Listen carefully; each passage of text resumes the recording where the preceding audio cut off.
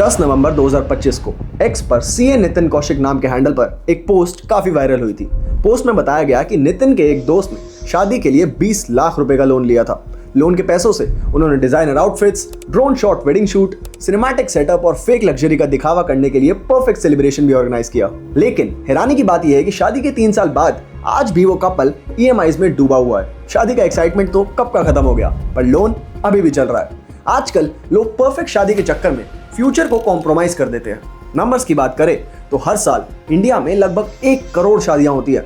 साल 2025 की बात की जाए तो ईयर एंड तक इंडिया का वेडिंग मार्केट $130 बिलियन हो जाएगा। लेकिन इस बड़े खर्चे के पीछे एक बहुत बड़ा डेट ट्रैप भी प्रेजेंट होता है। इंडिया लेंड्स की एक रिपोर्ट के अकॉर्डिंग अप्रॉक्स 26% कपल्स जो अपनी शादी खुद फंड करना चाहते हैं वो पर्सनल लोन लेने के बारे में सोचते हैं, और उनमें से 68% लोग 1 लाख से 5 लाख तक बोरो करते हैं। शादी के लोन्स पर इंटरेस्ट रेट आमतौर पर 9.99% से लेकर 24% तक होता है, जो बोरोवर के क्रेडिट स्कोर, लोन अमाउंट और रीपेमेंट टाइम पर डिपेंड करता है। इसके अलावा एक प्रोसेसिंग फी भी लगती है जो लोन की अमाउंट का 1 से 4% तक हो सकती है। ऐसे में आज की इस वीडियो में हम यही समझेंगे कि आखिर इंडिया का मिडिल क्लास एक वेडिंग के लिए अपनी लाइफ टाइम सेविंग्स को क्यों और कैसे स्पेंड कर देता है। इन सभी सवालों के जवाब एक एक करके जानेंगे हम आज इस वीडियो में।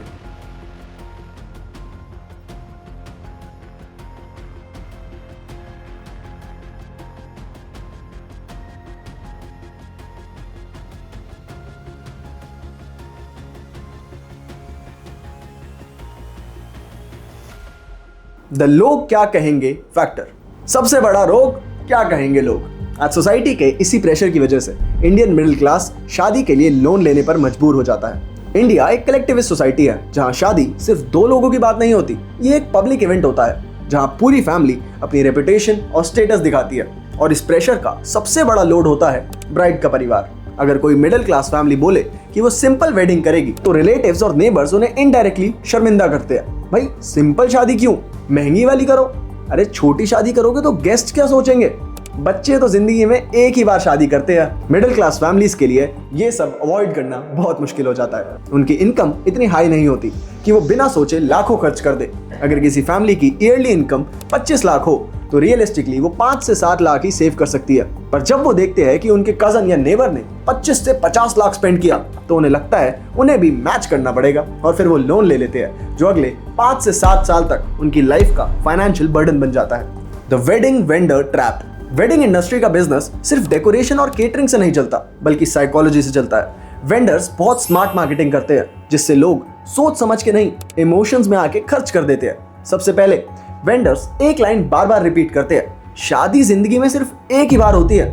ये सेंटेंस सुनते ही कपल्स को लगने लगता है कि खर्च करना नॉर्मल है, चाहे कितना भी हो। शुरुआत में कपल बोलता है हम 15 लाख का बजट अपनी वेडिंग में लगाएंगे, पर प्लानर धीरे धीरे बोलता है बस 2 लाख और कैटरिंग प्रीमियम हो जाएगी। 1 लाख में ड्रोन शॉट्स मिल जाएंगे, 1.5 लाख और दे दोगे तो सिनेमैटिक वीडियोग्राफर भी मिल जाएगा। हर एक्स्ट्रा कॉस्ट इसके बाद छोटी लगने लगती है, पर एंड में टोटल 5 से 10 लाख एक्स्ट्रा ऐड हो ही जाता है। इसके अलावा शादी के रिचुअल वेंडर्स के लिए गोल्ड माइन होते हैं। तो बोलते हैं अगर आज बुक नहीं किया तो डेट चली जाएगी। इस फियर की वजह से लोग बिना नेगोशिएट किए ही हाई प्राइस दे देते हैं जो उन्हें अल्टीमेटली डेट ट्रैप की ओर लेके जाता है। The gold necessity.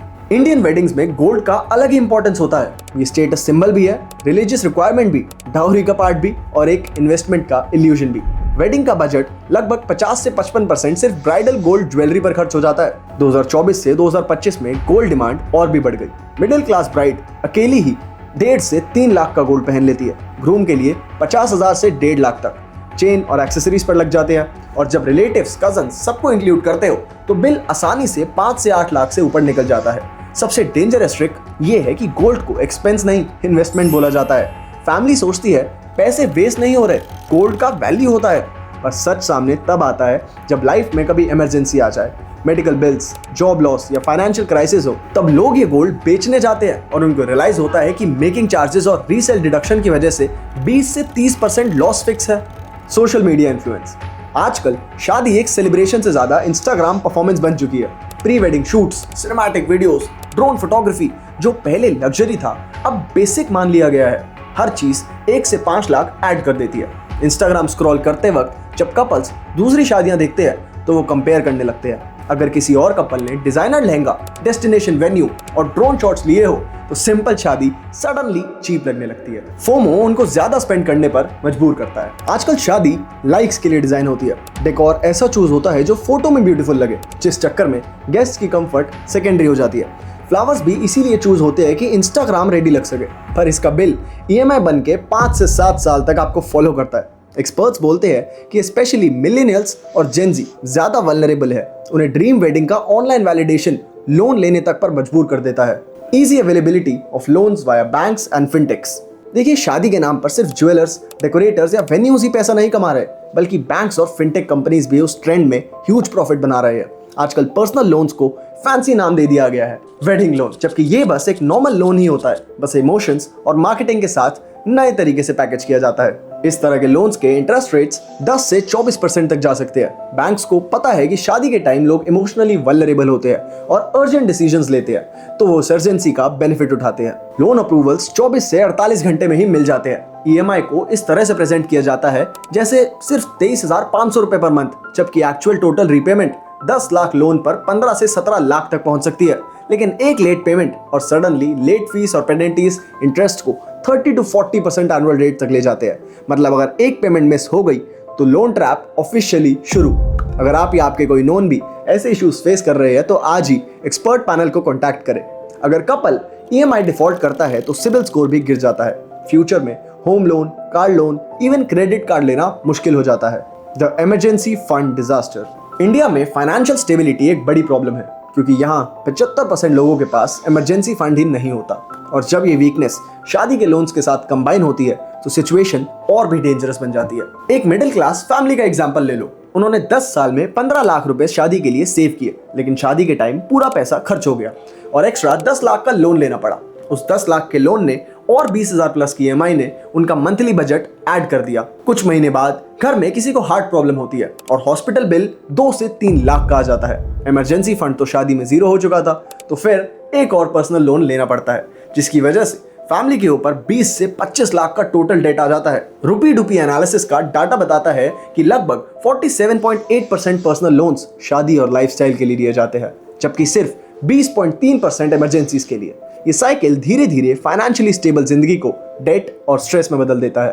Final thoughts. शादी का डेट ट्रैप अवॉइडेबल है। सबसे पहले सोसाइटी को सिंपल और अफोर्डेबल वेडिंग्स को नॉर्मल बनाना होगा, ताकि 5 से 10 लाख की शादी को लोग फेलियर ना समझे।